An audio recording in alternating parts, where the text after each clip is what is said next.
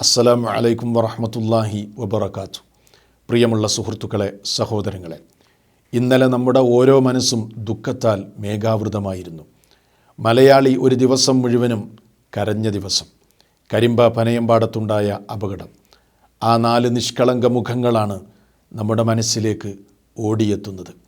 അവരുടെ കുടുംബങ്ങളെ ആശ്വസിപ്പിക്കാൻ വേണ്ടി കടന്നു ചെന്നവർ പോലും ആത്മനിയന്ത്രണം വിടുന്ന കാഴ്ചകളാണ് നമ്മൾ കണ്ടത്. ആ വാർത്ത റിപ്പോർട്ട് ചെയ്തവർ പോലും വിതുമ്പിക്കരയുന്നത് നാം കാണുകയുണ്ടായി.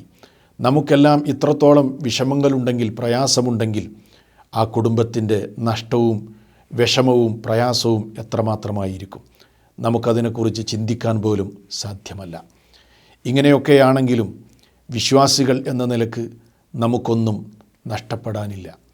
നാളെ അനശ്വര ലോകത്ത് ആ കുരുന്നുമക്കളെ മാതാപിതാക്കൾക്ക് തിരിച്ചു നൽകാൻ കഴിവുള്ളവനാണ് നമ്മുടെ രക്ഷിതാവ് എന്നതാണ് നമ്മുടെ വിശ്വാസം.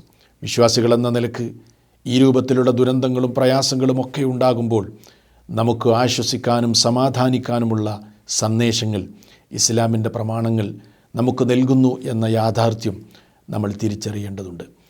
പ്രായപൂർത്തിയാകാതെ ചെറുപ്പത്തിൽ തന്നെ മരണപ്പെടുന്ന മക്കൾ, അത് മാതാപിതാക്കളെ സംബന്ധിച്ചിടത്തോളം അവർക്ക് താങ്ങാവുന്നതിലും അപ്പുറമാണ്.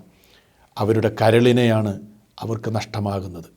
ആ ഒരു വലിയ പ്രയാസമുണ്ടാകുന്ന സമയത്ത് വിശ്വാസത്തോടെ ക്ഷമ അവലംബിക്കാൻ മാതാപിതാക്കൾക്ക് സാധിക്കുകയാണെങ്കിൽ അവർക്ക് നാളെ അവസാനിക്കാത്ത ലോകത്ത് ശാന്തിയുടെ ഭവനമായ സ്വർഗത്തിലെത്താൻ, ആ മക്കളോടൊപ്പം ഒരുമിച്ച് ചേരാൻ അതൊരു വലിയ അവസരമായി തീരുമെന്ന് അള്ളാഹുവിൻ്റെ പ്രവാചകൻ നമുക്ക് പഠിപ്പിച്ചു തന്നിരിക്കുകയാണ്.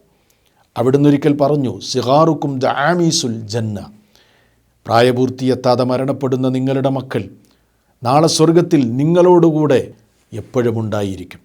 എത്രത്തോളം?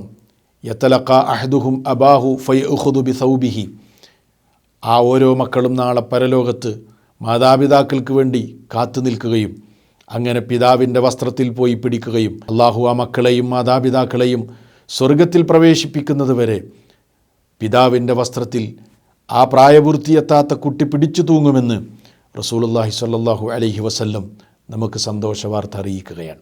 അതുകൊണ്ട് ഈ ഒരു വലിയ പ്രയാസം നമുക്കിത്രയുണ്ടെങ്കിൽ അവരുടെ മാതാപിതാക്കളുടെ പ്രയാസങ്ങൾ എത്രയാണ്? ആ ഒരു വലിയ മനപ്രയാസത്തിൽ വിശ്വാസത്തോടെ ക്ഷമ അവലംബിച്ച് പ്രതിഫലം ആഗ്രഹിക്കുകയാണെങ്കിൽ അവർക്ക് വലിയ നേട്ടമുണ്ട് എന്ന് ഇസ്ലാം പഠിപ്പിക്കുകയാണ്. അല്ലാഹു സുബ്ഹാനഹു വ തആല അവരുടെ കുടുംബത്തിന് ക്ഷമിക്കുവാനുള്ള കഴിവ് നൽകുമാറാകട്ടെ. ആ കുരുന്നു മക്കളോടൊപ്പം മാതാപിതാക്കൾക്കും നാളെ സ്വർഗത്തിൽ ഒരുമിച്ച് ചേരാനുള്ള മഹാഭാഗ്യം അള്ളാഹു നൽകി അനുഗ്രഹിക്കുമാറാകട്ടെ. വസ്സലാമു അലൈക്കും വറഹ്മത്തുള്ളാഹി വബറകാതുഹു.